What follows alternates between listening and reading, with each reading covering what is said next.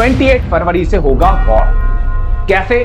बिल्कुल एकदम रणनीति बनाते हुए चलेंगे, स्ट्रैटेजी बनाते हुए चलेंगे भाई। रैंडमली नहीं चलना भाई गैप डेज में। वो सबसे बड़ा मिथ होता है भैया कुछ भी चल रहा है, नहीं भाई। पहले आसान चैप्टर लपेटने।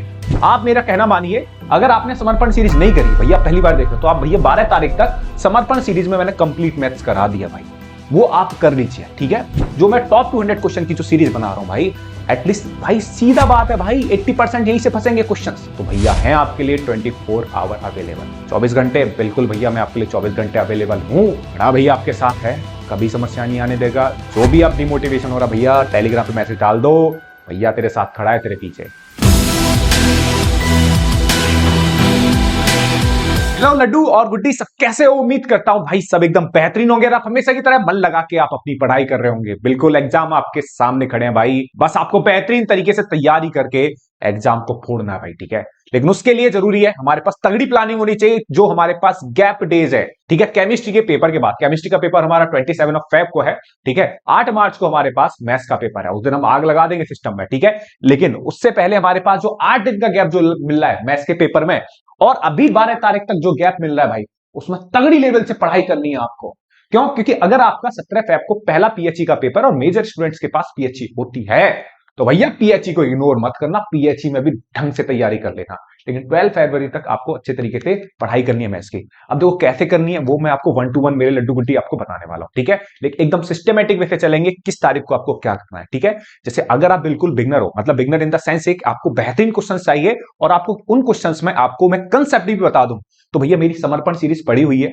ठीक है, आप उसे देख लीजिए, यही कर लीजिए 12 तारीख तक। मैं बता रहा हूं आपसे, आप मेरा कहना मानिए, अगर आपने समर्पण सीरीज नहीं करी भैया, पहली बार देख रहे हो तो आप भैया 12 तारीख तक समर्पण सीरीज में मैंने कंप्लीट मैथ्स करा दिया भाई, वो आप कर लीजिए। ठीक है, अगर आपने समर्पण सीरीज कर ली है मेरे भाई, तो टॉप 200 क्वेश्चन की जो सीरीज चल रही है, ठीक है, मैं उसे 11 फेब तक खत्म कर दूंगा। ठीक है, तो आप 12 फरवरी तक, मैंने एक दिन एक्स्ट्रा और दिया है, तब भैया 12 फरवरी तक उसे खत्म कर दिए।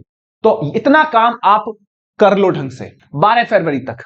ठीक है, अगर आपने समर्पण नहीं करा भैया, पहले इसे कर लियो, इसे मत करियो भी, कर लेंगे इसे, चिंता मत करिए, लेकिन पहले ये मैं जरूरी है, इसके बाद ये करिए। एक सिस्टमेटिक वे से बता रहा हूं। ठीक है, इस बात का तू भरोसा कर भाई। ठीक है, ये करने के बाद 12 फरवरी के बाद भैया मैथ्स कर देना। ठीक है, अगर आपका 17 तारीख को पीएचई का पेपर है, बाकी नहीं है, अगर आपका कंप्यूटर साइंस है आपके पास या और कुछ अदर सब्जेक्ट है, तो आप बिल्कुल और एक्सटेंड कर सकते हो, आप अपनी कैपेबिलिटी को देख के भाई। ठीक है, हाँ, जैसे 21 तारीख को केमिस्ट्री का पेपर है भाई, वो तो सबका होगा, उसमें आप देख लेना कैसे तैयारी करनी है। ठीक है, अब मैं बात करूं, अगर जो गैप डेज है, गैप डेज में कैसे करना है। रैंडमली नहीं चलना भाई गैप डेज में। वो सबसे बड़ा मिथ होता है भैया कुछ भी चल रहा है, नहीं भाई। पहले आसान चैप्टर लपेटने। कैसे चलना है? जैसे अगर आपका 27 को केमिस्ट्री का पेपर है, तो 27 केमिस्ट्री का पेपर आप पेपर देख के आओगे 1:30-2 बजे तक, आप सो बिल्कुल, आप आराम से 2-2:30 आप आराम से सो सकते हो भाई, कोई दिक्कत नहीं है। ठीक है, आराम से पहले रिलैक्स हो जाना, ऐसे नहीं कि पढ़ रहे हो भाई, रिलैक्स होके बैठना, सोना चाहो सो लेना, उसी दिन से चाहो भाई स्टार्ट कर देना। ठीक है, एक बार सारी मैथ्स करने से पहले जो जो आपको फॉर्मूला है, फॉर्मूला रिवाइज कर लेना। डायरेक्ट कूदना नहीं है मैथ्स करने के लिए बैठ के भाई, पहले जो जो आप, क्योंकि आप फिजिक्स का पेपर देके आ रहे होंगे, केमिस्ट्री का पेपर देके आ रहे होंगे, तो आपका माइंड जो होगा बिल्कुल उनमें एग्जॉस्ट हो चुका होगा। तो आपको एक बिल्कुल अच्छी तैयारी की जरूरत है। आप एकदम स्टार्ट करो, रीस्टार्ट करो। तो रीस्टार्ट करने से लिए आपको सब्जेक्ट नहीं पढ़ना, पहले चैप्टर नहीं उठाना, पहले आप फॉर्मूला याद करिए क्या क्या थे। ठीक है, उन सब चीजों को अच्छे से करिए, तो आप 27 फरवरी को भैया ये कर सकते हो, फॉर्मूला देख सकते हो, जो जो आपके कंसेप्ट हैं वो आप देख सकते हो। 28 फरवरी से होगा वॉर। कैसे? बिल्कुल एकदम रणनीति बनाते हुए चलेंगे, स्ट्रैटेजी बनाते हुए चलेंगे भाई। 28 फरवरी को क्या करना? आईटीएफ। कौन कौन से चैप्टर खत्म करने भाई, खत्म करने। 28 फरवरी को आपको क्या करना है? आईटीएफ उड़ाना है, मैट्रिक्स खत्म करना है, डिटरमिनेंट खत्म करना है। आसान चैप्टर लेते हुए चलेंगे। ठीक है, 28 फरवरी में आराम से भाई, एक दिन में सिर्फ क्वेश्चन लगाने आपको उस दिन। ठीक है, 27 फरवरी को आप कंसेप्ट एक बार देख चुके हो हल्के हल्के से, इन एक दिन में 28 फरवरी को आपको ये लगाना है, ये 3 चैप्टर। फिर 1 मार्च को आपको क्या करना है? 1 मार्च को आपको एलपीपी, रिलेशन एंड फंक्शन आपको करनी है। ठीक है, करने कैसे हैं आपको? देखो, पहले तो आपको सेल्फ प्रैक्टिस लगानी पड़ेगी। ठीक है, मैं आपसे बोलूंगा, देखो भाई एक बात सुन लेना, उस टाइम पे बेहतरीन प्लानिंग कर लूंगा मैं आपके लिए, लेकिन कोशिश ये रहेगी कि मैं आपको बता चुका हूं, जब आप समर्पण सीरीज और ये आप अगर फॉलो कर चुके होंगे ना, तो यहीं से प्रैक्टिस लगा लेना। क्या बता चुका हूं? इनमें से जो भी क्वेश्चंस करो, मैं इनकी पीडीएफ प्रोवाइड करा दूंगा। ठीक है, पीडीएफ से बढ़िया अगर ये होगा कि अगर आप ये खुद एक कॉपी में ये सारे क्वेश्चंस लिख लेते हैं जो मैंने कराए हैं, खाली क्वेश्चंस, सॉल्यूशन आप कहीं भी कर सकते हो रफ वगैरह में, लेकिन सारे क्वेश्चन आप एक जगह लिख सकते हो, कंपाइल कर सकते हो। ये 200 क्वेश्चन और ये समर्पण सीरीज में जितने भी क्वेश्चंस कराए वो एक जगह कंपाइल करके इन्हीं क्वेश्चंस को लगा सकते। ठीक है, हमें बिल्कुल एनसीईआरटी भाई, मतलब आपको एक ऐसा एकदम क्रिस्पी आपको नोट्स आपको ढूंढने पड़ेंगे जो आपको 100% सफलता दिला दे, 95 प्लस आपको ले जाए। ठीक है, वो ये है भाई। ठीक है, बेस्ट क्वेश्चन है आप। ठीक है, तो यहां से आप ले सकते हो, आप रैंडमली नहीं कि आप एनसीईआरटी कर रहे हो भाई, ऐसे नहीं। कंसेप्ट आपको पहले से याद होंगे। ठीक है, 1 फरवरी को आपको एलपीपी करना है, रिलेशन एंड फंक्शन करना है। ठीक है, हाँ, 2 मार्च को सॉरी 2 मार्च को आप ये कंप्लीट करना होगा, वेक्टर एंड 3D। ठीक है, अगर आपको इसमें रिलेशन फंक्शन हो जाता है आपका अच्छे से और एलपीपी हो सकता है, तो भैया आप 1 मार्च को ही आप क्या ले सकते हो, वेक्टर उठा सकते हो। अगले दिन का वेट मत करना, यहाँ कोई वेटिंग का टाइम नहीं है भाई के अगला आप में रिलैक्स हो गया। हाँ भैया, 8 दिन, तो ये 8 दिन में ना एकदम बेहतरीन तरीके से काम करना है, कोई रात दिन एक कर दे भाई। ठीक है, इसके बाद वेक्टर उठा सकते हो।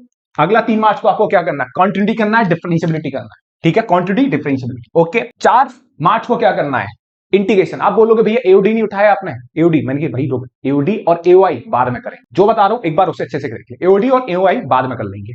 इसके बाद 4 मार्च को क्या करना, इंटीग्रेशन एंड डेफिनेट इंटीग्रेशन, बिल्कुल इंटरलिंक है, इंटीग्रेशन एंड डेफिनेट इंटीग्रेशन भाई ये करना है तेरे को 4 मार्च में। 5 मार्च को क्या करना है, differential equation and probability, differential equation and probability. ठीक है, डिफरेंशियल इक्वेशन के बाद मैंने प्रोबेबिलिटी उठाया, थोड़ा सा फील करना, कैलकुलस यहां से आप बिल्कुल कैलकुलस पढ़ते आ रहे हो, थोड़ा सा चेंज कर देना अपने रिदम को, प्रोबेबिलिटी पे आ जाओ। ठीक है, प्रोबेबिलिटी पढ़ने के बाद सिस्टमैटिक वे से, क्योंकि क्या होता है ना कि हम एक चीज बार बार पढ़े बार कैलकुलस कैलकुलस चले जा रही है। ठीक है, थोड़ा ट्विस्ट कर दो, एक नया चैप्टर ले आओ, प्रोबेबिलिटी, माइंड थोड़ा अलग हो जाएगा। हाँ कि भाई थोड़ा सा अलग आ गया, तो चीजों को और अलग से समझेगा। प्रोबेबिलिटी आप पढ़ लेना। प्रोबेबिलिटी के बाद आप 6 मार्च को आप क्या कर सकते हो, 6 मार्च को आप एओआई एंड एओडी खत्म कर सकते हो। एओआई सिंपल चैप्टर है, बस आपको मेरे भाई लड्डू गुड्डी कर्व बनाने आने चाहिए। कर्व बनाने आने के बाद पूरा चैप्टर ये बेस्ड होता है इंडेफिनिट इंटीग्रेशन पे। कर्व बना लीजिए, उसका रिक्वायर्ड एरिया निकाल दीजिए, बहुत सिंपल है। एओडी से बिल्कुल घबराना नहीं है भाई, है ना, देखो चैप्टर सब आसान है, इसीलिए मैंने सिस्टमैटिक वे से उठाया। ठीक है, अगर आपको एओडी टफ लगता है तो भाई बाद में उठाया ना, यही से क्यों दिमाग खराब करेंगे अपना, कम से कम आप पूरा करके आ चुके हैं। एओडी कितने नंबर का आता है, एओडी मुश्किल से 5 नंबर का आता है 80 में से। ठीक है, अभी तक तू 75 नंबर की तो तैयारी कर चुका है ना तू, ठीक है ना, कोई दिक्कत नहीं है। एओडी अब तू खुल के पढ़े, एओडी पढ़ ले बेहतरीन तरीके से, 6.1 इंक्रीजिंग डिक्रीजिंग एंड 6 पॉइंट। ठीक है, यहां तक एओडी खत्म हो जाएगा। अब हमारे पास एक दिन बचता है, उस एक दिन को हमें बहुत ही भयंकर तरीके से इफेक्टिवली यूज करना है। क्या करना है भैया, 7 मार्च को देखो, पहले आपको एक बताऊंगा, बिल्कुल एग्जाम मोड में, बिल्कुल एग्जाम मोड में आपको 9:30 से, जैसे आपका बोर्ड एग्जाम कितने बजे से होता है, 10 बजे से होता है, 10 बजे से लेकर 1:30 बजे तक, 3 बजे तक, 3 घंटे का पेपर होता है आपको, 1 बजे तक बिल्कुल सैंपल पेपर, एक पेपर लगाना है, बिल्कुल बेहतरीन सा पेपर लगाना है, बिल्कुल जो बोर्ड एग्जाम से ओरिएंटेड हो भाई। ठीक है, एक सैंपल पेपर लगाना है। ठीक है, वहां से आपको पता लगेगा कितनी तैयारी की जरूरत है। ठीक है, एक दो चीजें जो आएंगी स्लीप एरर वो यहां से निकल के आ जाएंगी। ठीक है, चाहो तो एक और लगा सकते हो। ठीक है, हाँ, लेकिन उसके बाद ठीक है, ये लगाने के बाद फॉर्मूला एक बार वो तो बाद में कर लेंगे, लेकिन हाँ सैंपल पेपर आप जितने अच्छे तरीके से लगा सकते हो, ये सब करने के बाद लगाइए। ठीक है, तो भैया ये तरीका है आपको पढ़ने का, आप अच्छे तरीके से अप्लाई करिए। और सबसे इंपॉर्टेंट बात है मेरे भाई लड्डू गुड्डी, पढ़िए।